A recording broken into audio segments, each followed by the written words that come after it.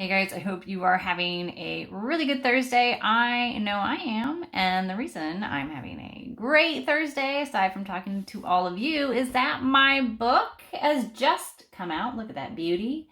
It is called Segregation in Language Education, The Case of South Tyrol, Italy.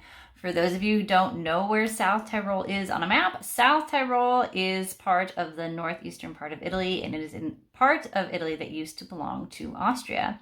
And the reason why this area is so important, why I think it needs to be discussed, is that it is a part of the West that practices legalized segregation in schools. That is right, you heard it right.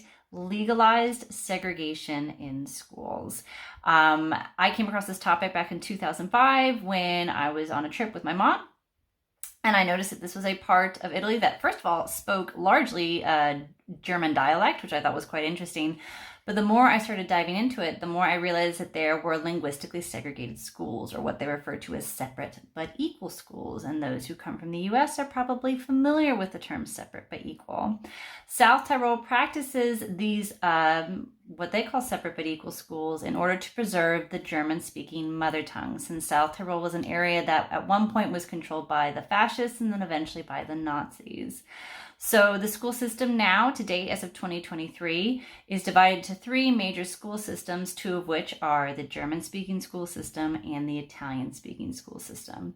While language groups in those areas can technically switch between schools, there is a huge effort to make sure that the German language remains pure. That is the political language that is used, which means that students from those different language groups that do have to share the same building will have segregated playgrounds, segregated lunch times, segregated entrances where German-speaking students go through one set of doors and Italian-speaking students go through another.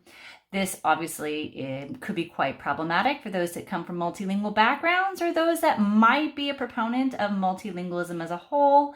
So if you are interested in learning more about this area, if you want to check out the research that has been done, I have done it all for you in this book, which you can access through Palgrave Macmillan's website, or you can head over to Amazon, where you can also get a free excerpt of the first few pages of the book.